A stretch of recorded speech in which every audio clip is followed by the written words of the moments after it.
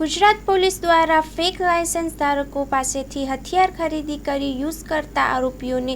ATS દ્વારા કાર્યવાહી કરવામાં આવી। ગુજરાત પોલીસ દ્વારા ફેક લાયસન્સ ધારકો પાસેથી હથિયાર ખરીદી કરી યુઝ કરતા આરોપીઓને એટીએસ દ્વારા કાર્યવાહી કરવામાં આવી હતી। એ જ અનુસંધાને સુરત શહેર ક્રાઇમ બ્રાન્ચ દ્વારા વર્કઆઉટ કરવામાં આવેલ, જેમાં સુરત શહેર ક્રાઇમ બ્રાન્ચ દ્વારા 20 જેટલા વેપનો પકડવામાં આવેલ, જેમાં નાના મોટા 20 જેટલા વેપનો કબ્જે કરવામાં આવ્યા હતા અને 93 જેટલા કબ્જે કરવામાં આવ્યા હતા અને અત્યાર સુધીમાં 4 આરોપીઓને પકડવામાં આવેલ છે। કુલ 16 જેટલા આરોપીઓને પકડવાની કામગીરી ચાલુ છે। માહિતી અનુસાર ગજાનન ગન હાઉસના માલિક અતુલ પટેલ છે, જેમના હસ્તક નાગાલેન્ડથી 6 ડુપ્લિકેટ લાયસન્સ બનાવવામાં આવ્યા। નાગાલેન્ડથી ઇસ્યુ થયેલા લાયસન્સ દ્વારા ગજાનન ગન હાઉસમાંથી 51 જેટલા વેપન્સનું વેચાણ કરવામાં આવ્યું છે। આ પ્રક્રિયામાં કામરેજ પાસે સેલાભાઈ બુડિયા નામક વ્યક્તિ રહેતો હતો, જેના હસ્તે ગજાનન ગન હાઉસમાં વેપલાનો વેચાણ થતો હતો। ત્યારે અતુલભાઈનો સેલાભાઈ બુડિયા દ્વારા હરિયાણામાં રહેતી આસિફનો કોન્ટેક્ટ કરી જેમને ફેક લાયસન્સ જોતો હતો, એના આધાર, પાન કાર્ડ અને અન્ય ડોક્યુમેન્ટ લઈ બ્લુ કાર્ડ કુરિયરથી આ વસ્તુ નાગાલેન્ડમાં આસિફે બતાવેલ જગ્યા ઉપર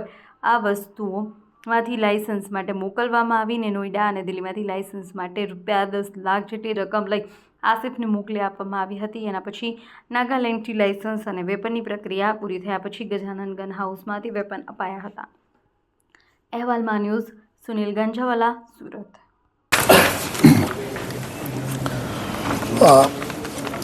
ગુજરાત પોલીસ તરફથી અલગ અલગ રાજ્યોમાંથી ફેક લાયસન્સના આધારે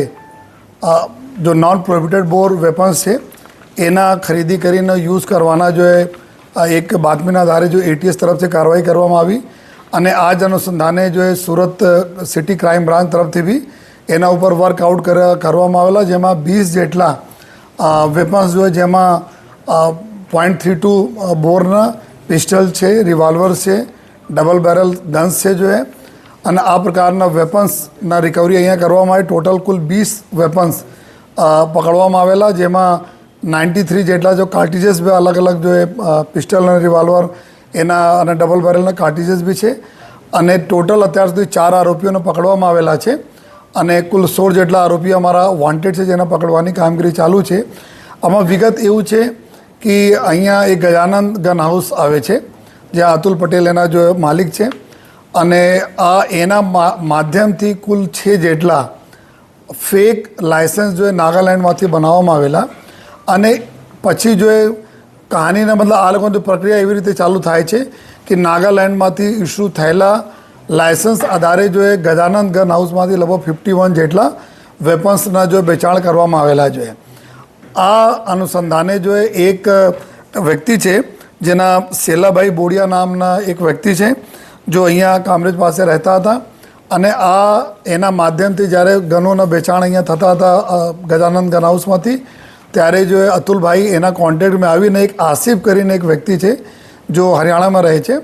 જો આ બધા આમાં કિંગ પિન અત્યાર સુધી અમારે તપાસમાં નીકળ્યા છે, જો મેન એના મુખ્ય એના કલ્પ્રિટ છે, તો એના કોન્ટેક્ટ કરીને અહીંયા જે લાયસન્સ જો ઈચ્છુક લોકો હતા જો એના કોન્ટેક્ટ કરીને અહીંયાથી એના આધાર, પેન, બીજા જો ફોટો વગેરે લઈને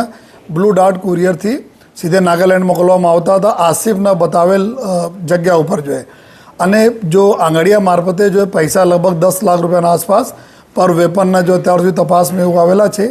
નોઈડા અને દિલ્હીમાં આ આસિફ પાસે પૈસા અહીંયાથી મોકલવામાં આવતા હતા। નાગાલેન્ડમાંથી પછી વેપન આપણાના લાયસન્સ બને જોઈએ,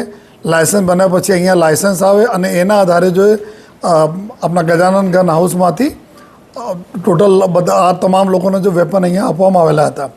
એટીએસ તરફથી બી રિકવરી કરવામાં આવી। પોલીસ જ્યારે ક્રાઇમ બ્રાન્ચની ટીમે કરી કુલ 20 જેટલા જો વેપન અમે રિકવર કરેલ છે। 4 આરોપી પકડા છે, 16 જેટલા આરોપીઓને પકડવાના બાકી છે, એની પ્રક્રિયા ચાલુ છે। આ લોકોના એમઓમાં ખાસ વાત એવું હતી કે 6 જેટલા લોકોના જો અતુલ પટેલે બનાવીને મોકલાયા, આ લોકો કોઈ દિવસ નાગાલેન્ડ જોયા પણ નથી, નાગાલેન્ડ ગયા પણ નથી, પરંતુ એના જો નાગાલેન્ડમાં એક એડ્રેસ, ઘરના એડ્રેસ બતાવવામાં આવેલા છે અને આ એડ્રેસના આધારે ત્યાં પૂરી પ્રક્રિયા કરીને જો લાયસન્સ એના મેળવવામાં આવેલા છે। અને ઘણા બધા એવા પણ કેસીસ છે કે જો નાગાલેન્ડમાં જૂના લોકો પાસે લાયસન્સ હતા, ત્યાંના ઓરિજિનલ લાયસન્સ હતા, જેની મોટી ઉંમર થઈ ગઈ, એમાં રિટેનર તરીકે અમુક લોકોના નામ નાખવામાં આવેલા, જેમાં આ લોકો ખોટા એડ્રેસના ક્રિએટ કરીને રિટેનર તરીકે નામ નાખે અને પછી રિટેનરના આધારે નવા લાયસન્સ કઢાયા જોઈએ. अब नवा लाइसेंस માટે અમારી जो ટીમો ત્યાં નાગાલેન્ડમાં છે, જો અત્યારે ત્યાંના ડિસ્ટ્રિક્ટ એડમિનિસ્ટ્રેશન સાથે જો સંકલનમાં છે કે ત્યાંથી કેટલા ખરેખર ઇસ્યુ થયેલા છે, અગર ત્યાંથી ઇસ્યુ થયેલા તો નહીં થયેલા હોય તો આ બધા કેવી રીતે આ લોકો ફોર્જરી કરીને ક્યાંથી બનાવે અને ક્યાંથી જો અત્યારે જો MHAની સાઇટ છે જો એના ઉપર UIN નંબર હોય છે, યુનિટ આઈડેન્ટિફિકેશન નંબર હોય છે તમામ લાઇસન્સને, એના ચઢાવવામાં પણ આવેલા છે. તો કેવી રીતે ખોટી રીતે આ સાઇટ ઉપર ચડાવવામાં આવેલી છે, અંદરનો કોઈ વ્યક્તિ ઇન્વોલ્વ છે કે નહીં, એના માટે પૂરી અમારી ટીમ અત્યારે કામ કરી રહી છે. જોઈએ લેકિન અત્યારે કુલ 20 જેટલા વેપન, 4 જેટલા આરોપીઓનો ધરપકડ કરવામાં આવી છે. આ એક મોટું સ્કેન્ડલ છે જેમાં આ લોકો બીજા રાજ્યોના ખોટા લાયસન્સ બનાવીને અહીંયાથી વેપનના વેચાણ કરીને